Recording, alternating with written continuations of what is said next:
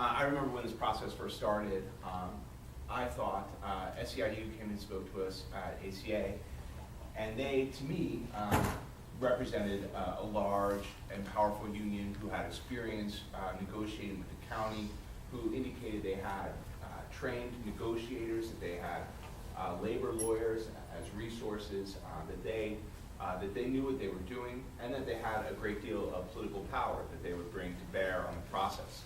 To me, these things all seemed appealing. I know my colleagues and I respect them all, but we're criminal defense attorneys, and I know I don't know very much, if anything, about labor law. And it seemed to me that why reinvent the wheel? Why not go with the people who know what they're doing? Why not hire a professional to do what we needed done? And so to me, the choice seemed easy and obvious, and I made it accordingly. Gordon, you're breaking up. I can't hardly hear you. It's when you move your head, Gordon, back and forth, it goes on and off, Mike. I'll try to keep my head in a still position. Yes. So I was happy with the choice I made, and I've attended a number of these meetings. My first real discontent, I think, came at a meeting I went to where SEIU proposed a contract, and we had an SEIU contract and a county contract. As I began to compare them, I could find little difference between the two. And so I went to the meeting and we asked some questions about that. One of my main concerns was caseload standards. I think it has a direct effect both on the lives we live, even more than the amount of money we make. Frankly, I don't have dependents like a lot of people do. Plus or minus $2,000, $3,000 at the end of the year in my paycheck. I'm not going to notice. What I do notice is how many cases I work, how many people I have to talk to. And I found that not even mentioned in the proposed contract on either side, not really even addressed.